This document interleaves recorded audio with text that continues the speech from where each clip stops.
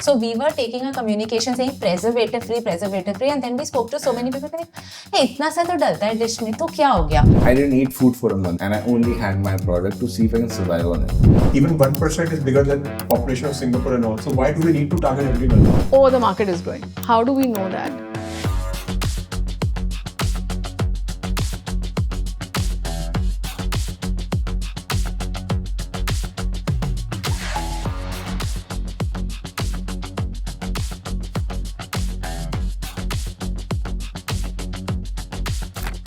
Welcome to another episode of Startup Table with AJ.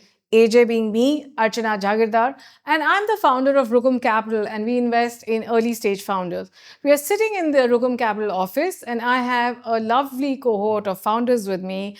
And I think the conversation today is going to be very interesting. And I think there's going to be lots of different points of view, which is what, of course, makes the table so engaging and interesting for all you lovely viewers. So, welcome everyone to the table. I want you to introduce yourself briefly so that we can get into the conversation. I'll request you to start. Hello everyone, I am Major Anurag Jain. I am the co-founder of Upside Health. We produce healthy desserts and savory smoothies. I'm Radhika Rajpan. I'm the founder of Patch Up. We basically deliver vitamins through these patches directly into your skin. Hi, I'm Sheena. I'm the co-founder of Zenma. We're India's first frozen espresso shot brand. It's basically like having a coffee shop in your freezer. Hi, I'm Sparsh. I'm the founder of Zero Belly. We're into healthy, smarter, tasty, and healthier food products. We make breakfast cereals and millet-based cookies. Hi, my name is Uttam. I'm the former co-founder of Sopex. I'm currently building full-stack food management company in which we have two verticals. One is B2B by the Kingdom Foods, a manufacturer of RTC and RT, more than 500 SKUs. And we are also launching 10-minute food delivery app in Gurgaon location at 5 locations. That's it. Hi, I'm Richa. I'm the co-founder of Curry. We are building a clean food brand which is going to make the world fall in love with cooking again. Hi, my name is Harsh Batra. I'm the founder of Happy Ratio. We provide drinks and foods which makes healthy easy. Okay, so welcome everyone. So, my first question to this table is, why are we trying to build so many healthier options? Does the consumer really care about it? And anybody can answer, whoever wants to start. If I may, people are realizing that their food nowadays does not have all the nutrients that one needs. It's not only about just the food that you eat, it's also about what food you eat. For example, our ancestors have been eating a lot of greens. However, nowadays... No, that's not true. That's not true. But anyway, I'll let that pass. So nowadays, however, in our greens as well, the nutrients are relatively lower. That's the reason why I feel that there's also a lot of space for supplements brands because we are supplementing our food where our food lacks with external nutrients. I have a follow-up question, but I mean, please feel free to answer the first. And how much of your understanding of nutrition is based on anecdotal versus actually deeper sort of research? So again, I mean, the first and the second question, whoever wants to take up. So I would want to go first. At Upside Health, we are trying to build something which is based on metabolic health because what we feel is that's the underlying problem in the better known problems like a diabetes or an obesity, which we all know about. But point is that in today's generation, we don't live that sort of a lifestyle that we take care of our metabolic health in a good way. So that's why we came up with something which is very much indulgent, but much more healthier as compared to what is available. Okay. I think habits is one thing which is ingrained, and it's the habits that we've learned from our parents or grandparents, which is continuing, which is an issue because India is the diabetes capital of the world, and that's a lifestyle disease. I think with new options coming around, and I think COVID also accelerated the desire to be healthy. So supplements, cleaner food, preservative-free food, food which is made fresh, etc. I think that boat is rising, and we're in the right space if we can execute well and make that habit change easy. Okay. Who wants to go next? So I think, actually, if you see, not many companies produce, actually healthy food. If you see ITC, they have these jowar biscuits, we also do jowar biscuits. So, and if you see, it's the same. They just it's like lip service, How many companies are there actually making a change? We see they're not many. They're just gimmicking out there. Yeah, so adding to his point, I think we're becoming more and more aware. Nobody read the ingredients list. Everyone just took the packaging on face value. But now even the kids are reading the ingredients, what is going inside their body. But nobody's answered my second question. How much of it this is based on deep research? And again, my request would be, let's not name companies in a negative way, because I mean, let's be fair, they can't respond to this. So let's just talk about the larger category piece. Yeah. So, see, there are two types of data that we can all refer to. One is what is on secondary research, which is Google and other such engines. When there is talking to customers, your potential customers, different age groups. From the secondary data, obviously there's enough data which says that there's a behavioral shift in pattern of eating, but I still personally we feel that this is also convenience sampling. A lot of us actually talk to like-minded people in our circle, and we feel that the world is changing towards clean eating, but possibly it's not. This can only be vetted when we speak to actual customers from different age groups, different cities, different cultures. And what we realized, it was shocking, while this is when we want to launch new clean products, and we saw that people said, yeah, I just want to have a tasty food. Health aa jaye to is an added benefit. If it's clean, great. But I don't want to pay 2x, 3x for a clean product beyond a point. Once in a while, yes, but it takes a toll on my total monthly spends. It also discourages me from going and spending out on my clothes because my budget is limited, my salaries are there and expenses are going on. So then we realized, okay, health is like something that people are seeing as good to have, but still taste is still primary in food. So that is one item that we can never do away with, and if we can add that value, great. So when we look at data, this is how I think we do it, both secondary matched with some customers. So I think the gold standard of research is double-blind placebo studies.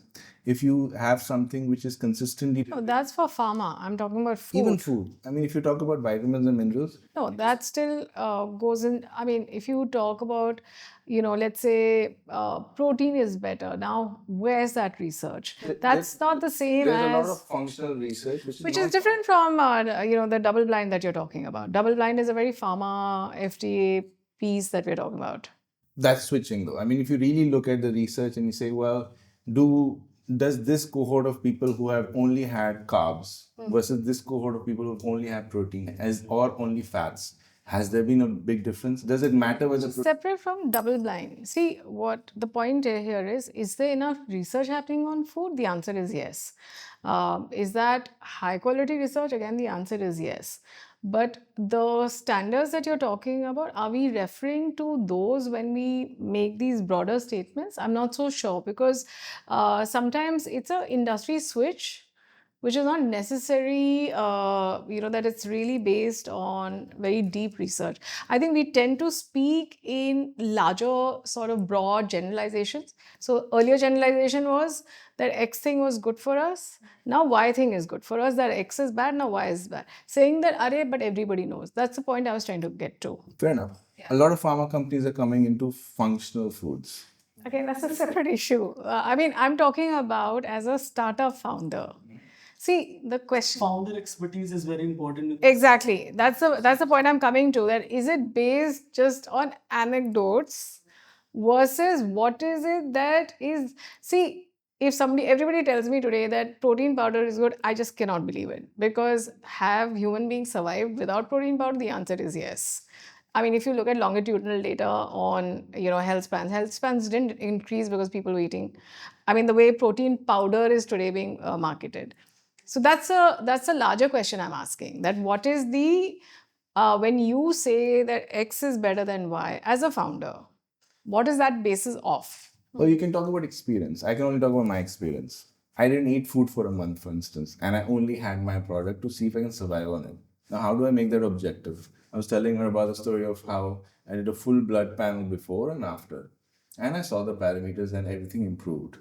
Then I looked at the products launched in the US, and the RDA is being implemented. So we launched Happy Ratio saying India ke liye bhi hona chahiye. We should also have a drink which has all the nutrition, right? Hence the launch. So No, that's what I meant. Like, what have you done to get into the deeper sort of understanding of it, as opposed to, unfortunately, which is just desktop research ki Google kar liya and Google ne bol diya ki अरे protein is a thing. That was my question. So, research is very important. We have a brand called Kingdom Foods. Our co-founders have a 25-year experience in the food and nutrition. So she did research in the exactly 1,000+ recipes. कि exactly इस product में कितनी क्या nutrition content होने चाहिए, इस product में क्या न्यूट्रिशन कंटेंट होना, तो वो रिसर्च एक्सपर्टीज एंड एक्सपीरियंस है एग्जैक्टली बिल्ड हुआ.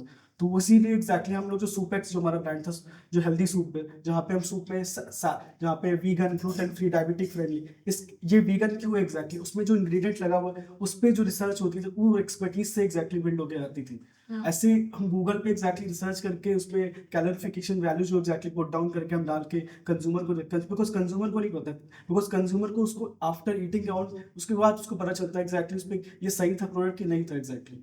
तो डीप रिसर्च और sometimes बहुत सालों बाद भी पता चलता है. Like, see, any brand that is trying to do different, I'm hoping it's based on some primary research, not just on कि Google कर लिया, trend चल रहा है. So I would like to add here, my co-founder Shweta Vyas, she founded Upside Health because of her own experience, because her father, he was diabetic, and at the age of 72, she then got into understanding what is the metabolic health, what is the underlying causes, how can we reverse it without too much of medication and all. So then we got into a lot of nutritionists and everything, because the healthy and clean label market is very noisy. Exactly, that's my point. You don't know it, because everyone will come and tell you that this is good, this is better, but you don't know, and there is not enough, I think, evidence or research papers based on that this is how much you must consume for your daily nutrition to be met. That's exactly the point. I was trying to provoke that conversation actually कि बहुत आसान होता है to say अरे I know but how does one know? I mean There's a lot of that. So this, yeah, but I think it's a fair point. but if you look at the RDA, right, for 98% of a healthy population, they tell you you should be consuming so much protein based on But again, it's I'll tell you something. One is guidelines, but then it's specific to personal lifestyle and. guidelines. We can't even meet the guidelines. No, but we don't know that, right? Again, see, who has done that research? That's the point I'm trying to make to you. See, everybody says Indians don't consume enough protein. Where is that research? That longitudinal data, who has done it? There's a separate argument to that also, which is existing. You say that when you're eating animal protein, the animal is eating the vegetables, which is getting that animal the protein. Then why do you need the animal protein? So I'm saying so I think to his point, and everyone is putting out there the convenient what suits narrative, their product. So basically, everyone is trying to sell a product. See, even the incumbents are trying to sell a product. They've been trying to sell a product, and hence the narrative gets built, right? X product was better than Y because the narrative around the sale had to be built. Right now, no one will ever take an onus on saying that yes, I was alone. It will always be a cluster or a group of brands or companies building that narrative. Alone, that will never happen. But research will, so your question. So I want to follow up quick question on this is there a way to build a better for you brand, especially in nutrition, which doesn't necessarily start from scaremongering? Array, you're not eating enough protein. Array, you're eating, animal fat, whatever. There's scaremongering. Do you think that is a necessary thing to make the consumer aware? Or do you think there's a better way to make the consumer aware? So we don't believe that you should scare the customer to have your product. We believe in taste, because we are talking about a product which is indulgent, which is a craving product. We focus on desserts. So if the taste is not good, you're not going to have it again. It's not a medicine. So taste has to come first. Nutrition and the health angle is the plus point that we are trying to give. Anybody else has a point of view on this? It's easier said than done because a lot of that, you don't scare the customers. I'm talking about generally how consumer products, because like they say that people don't easily buy vitamins, but they buy painkillers. So I think it comes from there. Negative sells better than positive. Unfortunately, that's the route a lot of brands take. of course, there's not a need, and I wish we lived in a world where brands didn't have to do that.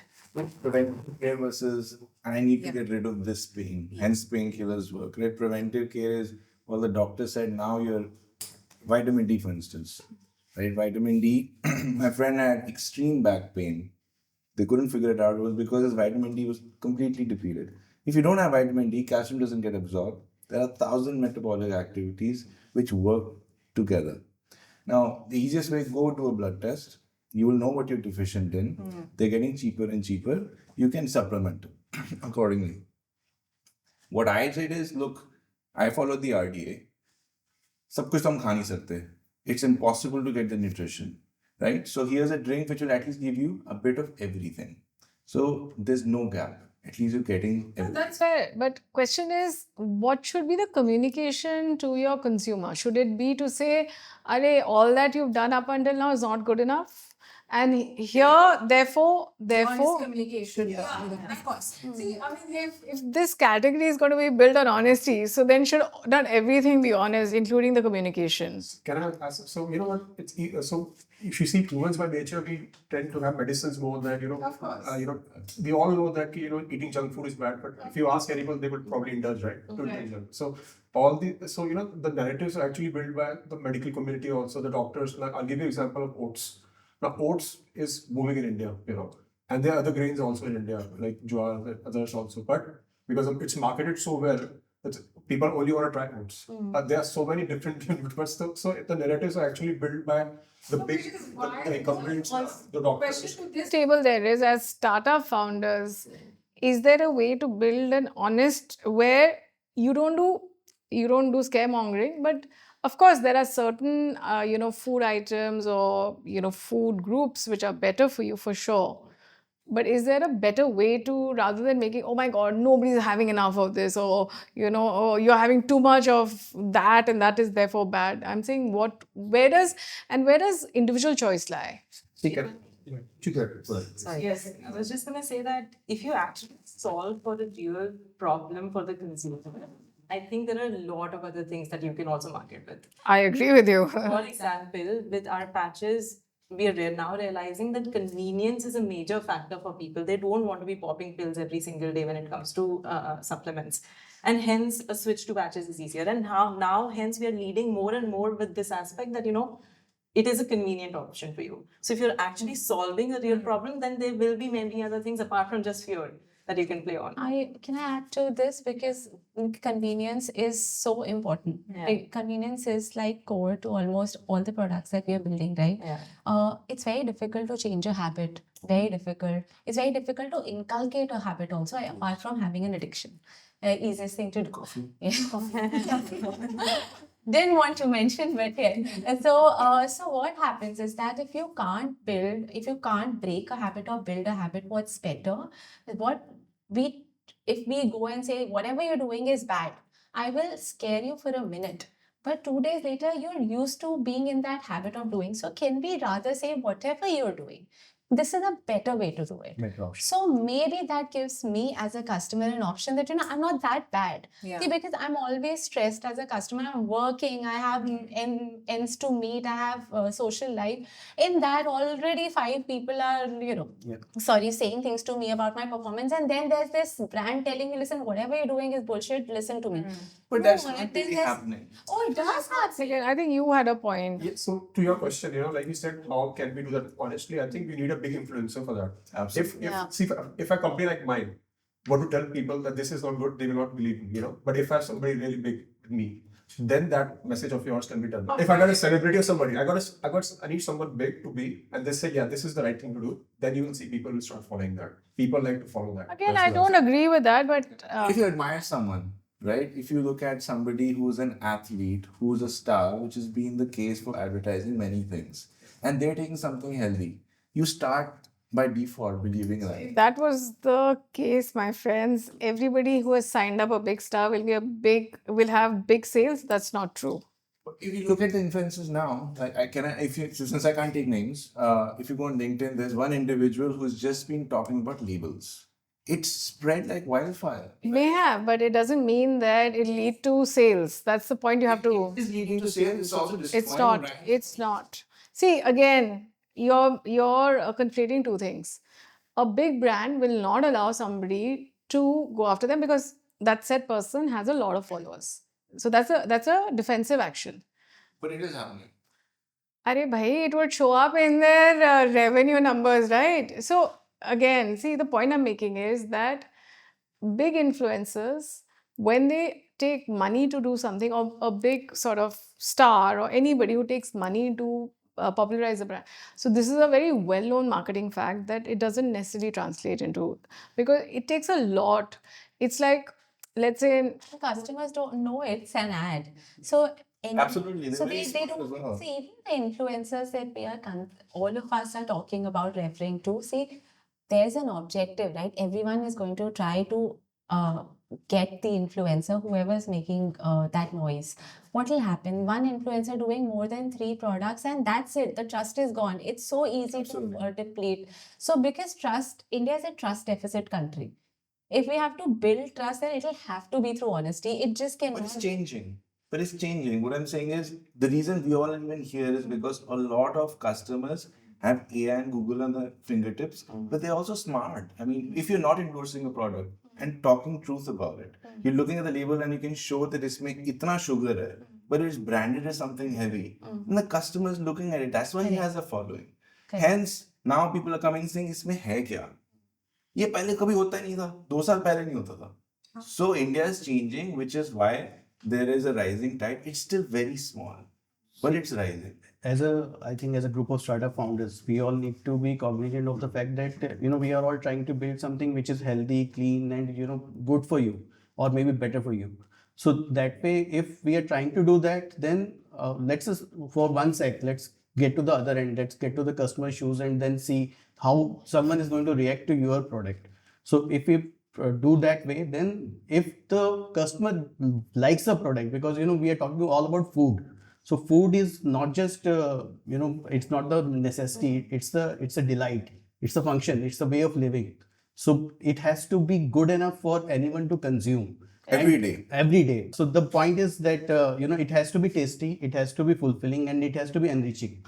So if that food or your product is able to talk for itself, then you don't need anything else. what does other people on the table think about what has just been expressed? And that's the best type of marketing, where the food talks for itself. You don't need an influencer. They come back and they bring back to people. It seemed like the millets International Year of Meal Prime Minister announced 2021 is the millets for the millets. उसको कहने की जरूरत नहीं पड़ी. Government ने exactly बोला और उसके बाद इंडिया में वो layer चल गई, exactly flow चल गया कि सब everyone doing the millets around the millets cafe, millets restaurant, millets D2C brand, millets biscuit, everything.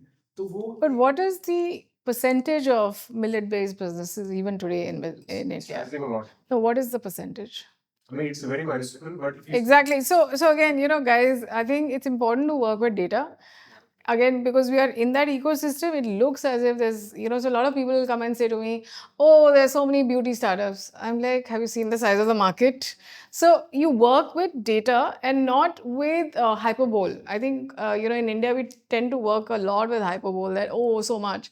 But what is that percentage? What is the total revenue of all of these businesses put together? Again, it would be the question I would ask, because a trend is truly reflected ultimately in your top line and your bottom line, ultimately. And also, what I realized is after talking to a lot of people that people sometimes say one thing, but they do one thing. This is my point. That's the point I'm coming to. That's when I was mentioning about this, when we spoke to so many customers about just launching a clean, preservative free. I'll give you an example of this product because it's a commodity. It's a ginger garlic paste. And we were trying to launch this and we were trying to just understand whether it's even required. So we were taking a communication saying preservative free, and then we spoke to so many people like, hey, itna sa to dalta hai dish mein, to kya ho gaya? So that was eye-opening. It's true. Itna sa hi to dalta hai, and then they can't. So as customers, we cannot calculate how much preservative or bullshit have we consumed today. There's no meter that's in my stomach. So now if we just talk about that, to nahi samajh aayega, because the first is always going to be the taste. Can the dish be perfect? And then if I'm getting it at clean label, great. But because I just wanted to pick up that point on jab hum bolte hain versus a celebrity, I feel that, see, we are normal people and people don't see us as celebrities. They see us as people who are trying to do something, trying to build. They know we are going through a grill, right? So when we can't stand for our own brand and tell the story, then how can a celebrity come and do that justice? Because it'll still be sales. So we'll anyways have to go first head on and say that, this is what we are building. I'm talking about Huh. outlets about a celebrity, right? Correct. You know, celebrities will be endorsing soft drinks and then starts endorsing a healthy product. People see through that. Yeah, they totally see through It will it. depend on what sort of celebrity it is, right? Yeah. There are people who are genuine out there also. Correct. May I answer a question on the market size? There's this whole conversation of India 1, India 2, India 3, right? A lot of that depends on pricing. Now, everyone's targeting India 1. If you are priced at 300 to 500 bucks every time you go out, you are catering to India 1. So is everybody else. The guys who are looking for mutual fund investments all the way down to the coffee shops. And if you want to cater to the masses, the next 600 million, then it has to be priced 100 bucks, 150 bucks, which means your cost has to be 20, 30 bucks, right? The products which are being made, which are healthy, are expensive. They're hard to make unless you create some sort of formulation, you have direct source to the farmer, you have some sort of a competitive advantage. So the market size, and for a VC, for instance, they're It's not a VC question. That was not a VC question. See, but a market size, no, so just to your point of all of that, right?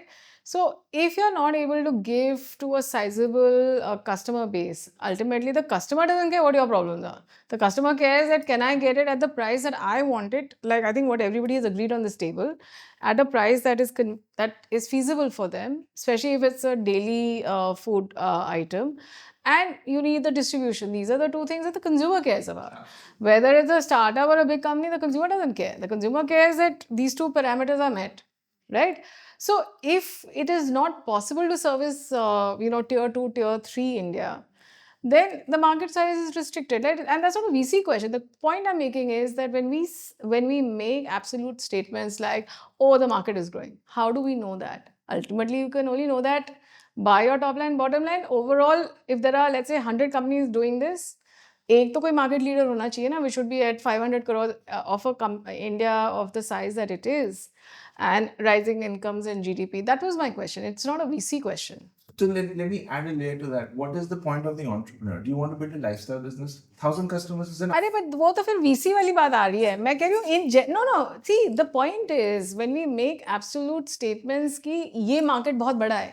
How do we know that? Hey, that's the point I'm making. I faced the same challenges when I was building my healthy brand Supex, because Indian health and wellness market which is $8.3 billion. But that includes everything, right? It includes And nutraceuticals, better for you foods, everything, energy bars, everything. In that soup market was me to 3,500 crore market sale.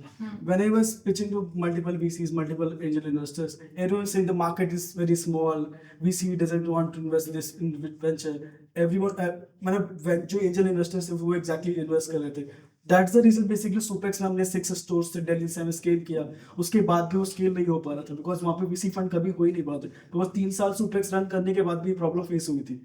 Because market is very, very important. If you're building the true healthy brand, the true healthy brand India में तो exactly वो चल ही नहीं पाता because If the customer is really looking for it, so I would go as far as to say they'll pay the premium. Also. Our product is also premium exactly. नहीं, the price premium जो customer देता है, if they think that it is of value, they will pay for it. And that's the final test in the market, basically. I mean, we may want it to be otherwise, but to my mind, that tells you whether the country has really moved. I want to touch on his point. Like India is a very big country, right? That's the biggest advantage we have in a food business. Even 1% is bigger than population of Singapore and all. So why do we need to target everyone? No, so all businesses target a very small niche to begin with anyway. 100 million people in targeting, that's huge population, right? It's bigger than probably close to US or whatever. But the issue is everyone targeting the same 100 billion. So yeah, they are targeting, but the market is growing, right? I mean, if just see for 5 years, again, you call us after 5 years, you'll see this number should have given 10 times, It's rising, we can see the number. How has it gone up in the last 5 years? I think almost, if I can give you an example from muesli. 5 years ago, the muesli market, it was barely anything. What was it? What was the number? I think it was even less than 100 CR.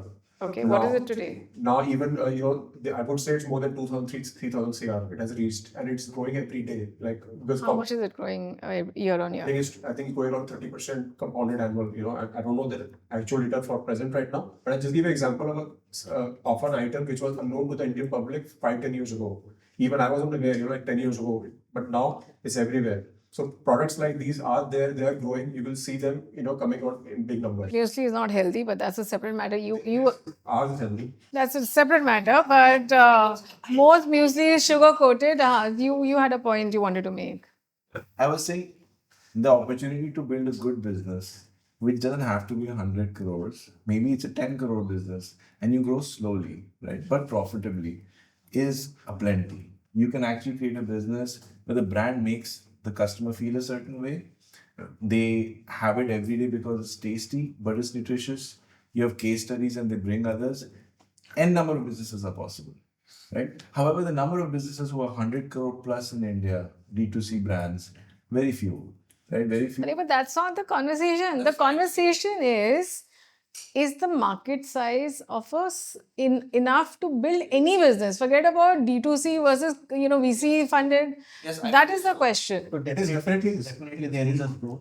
I think healthy and clean label, no, it is growing at least at a CAGR of 25% plus But across all categories. across all categories, and it is going to grow only. The point over here is that if we divide the generation, because we are living, so I would say 45 plus, so we are living in a generation where, say, your parents are getting old, they need healthier food options. The mindset of the people who are, say, above 35 years, that is also changing. So they are also looking for cleaner options, and the children are much more educated. They are say 10 steps forward than us. A 15-year-old child, he or she will actually tell you what they want, and they are reading the labels, and they don't want to make anything choices, because they can indulge once in a while, but on a regular basis they want to eat healthy. So even in coffee, the premium coffee segment, you pull out any annual report of any of the large companies, the premium coffee segment is growing the fastest.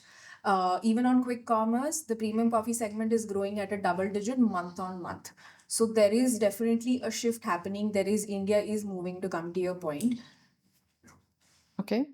Archana, I have a point of view. It may be contrary. No, if you've not figured it out, I love contrarian points of view, but please go for it. So while it's growing, I still feel that whatever we are doing is still convenience sampling. We're still looking at this stable of highly educated people with highly educated families taking those calls. But everyday decisions are we still considering for the larger part of the country? And is that changing is the question. We still don't have data. We've been trying to find that data, that how many people in tier 3 and 4 are willing to make that shift for a cleaner, healthier. We don't have that data. Tier 2, yes. There's in fact now data more coming that tier 2 has way more disposable income than tier 1, and hence the shift in behavior is happening. But still that clarity of how much percentage of our 1.25 billion is actually shifting, I personally don't have that. So you can see that we all agreed to disagree, because food can be a topic that leads to, I think, passionate sort of debates and conversation. And this is one of those things which I think it's better for you to of course eat better, and I hope that there are honest startups in the food space, in the overall wellness well-being space. It's a topic that's dear to me. But I do have to close this, startup table with AJ. I want to thank all the founders for being here. It was a real pleasure. And I think we had a lot of food for thought, if I may say so, on this table. Thank you, everyone.